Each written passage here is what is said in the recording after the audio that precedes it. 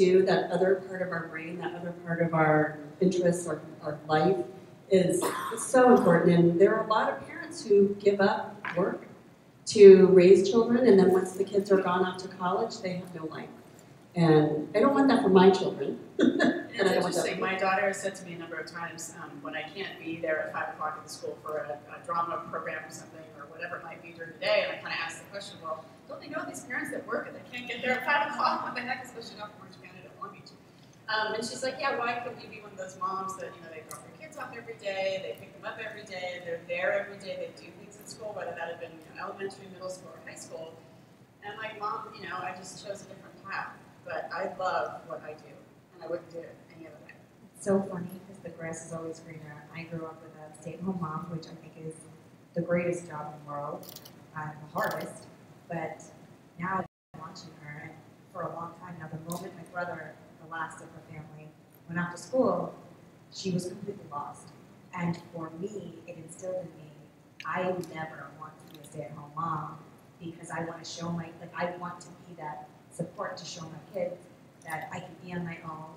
I want to earn my own money. I don't want to have to rely on a man, even a man that I adore. I don't want to do all those things. So it's really funny to hear your daughter's experience because mine was completely the opposite. I was like, Mom, you need to go to work. I don't care what just go do something. And I did both. I was stay at home when they were little, but then I went back to work, and there came a point where they were like, never knew whether I was coming or going. And I would say, well, I'm leaving tomorrow, I'm going to California. And they're like, what? I travel every week. It's not news.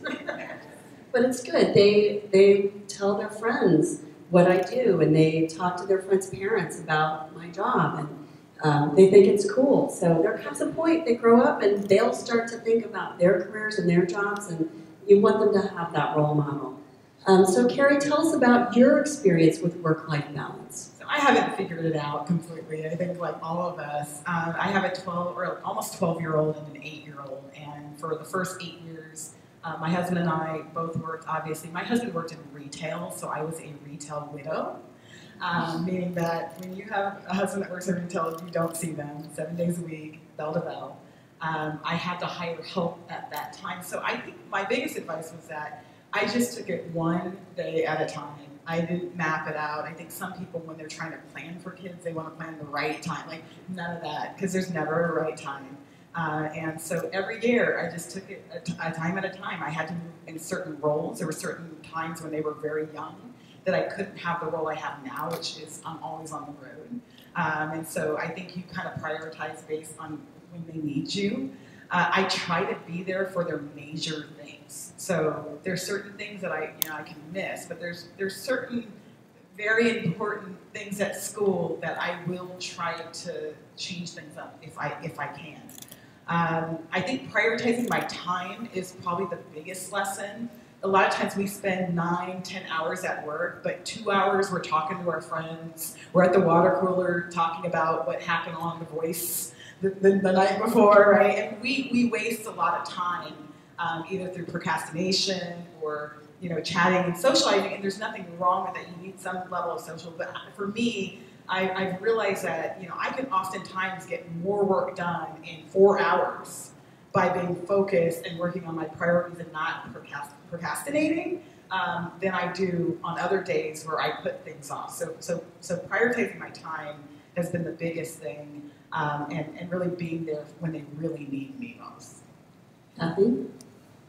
So as I sit on the panel, I made a decision early on to not have children.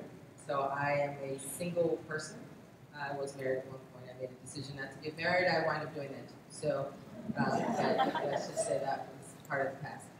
But what I will say is, as a single person who valued my job, valued my career, I spent a lot of time working those extra hours because I didn't necessarily have to go home and take care of my children or have to go and do something. And so I found myself the 7 and the 8 o'clock sitting at work when I didn't necessarily have to be it. And so I found 2 things that really worked for me. One is find a network of things that you like to do, whether that's volunteering or whether that's a professional organization. But I found that other outlet, so my only outlet was a book. can easily get burnt out if all you do is work and you're sitting there and you're staying there. So find that outlet that works for me. And what was interesting was when I stepped out and found that network, there were so many people that were encouraging me to do other things. And so we're always looking at, a woman told me a long time ago, is you should always have multiple sources of income. And that never registered for me because I was like, I love my job. I've been here 24 and a half, 25, I'll be celebrating next year. And what was so funny about it was I enjoyed my job and I had great people that took care of me, that helped nurture my career. So I got a lot of different opportunities, whether it's to travel or to work with other organizations. So I loved my job, but I didn't necessarily have that same outlet outside of my job. So I challenge you to find a professional network. If you don't have kids and family that you have to give that extra time to, find another outlet, whether that's volunteering, whether that is a professional organization. But I found something that kept me engaged and active, and I got away from working as much as I was so that you don't get burnt out. So a little different. So to build on what Kathy just said and what Carrie said, yesterday at our event in Los Angeles, one of our speakers was Marcy Carsey, who was the executive producer of The Cosby Show, Roseanne, That 70s Show, Third Rock from the Sun, Happy Days, Mork and Mindy. I mean, she's has this incredible career building TV shows that were very popular. And at the same time, she had 2 small kids. And she told her colleagues,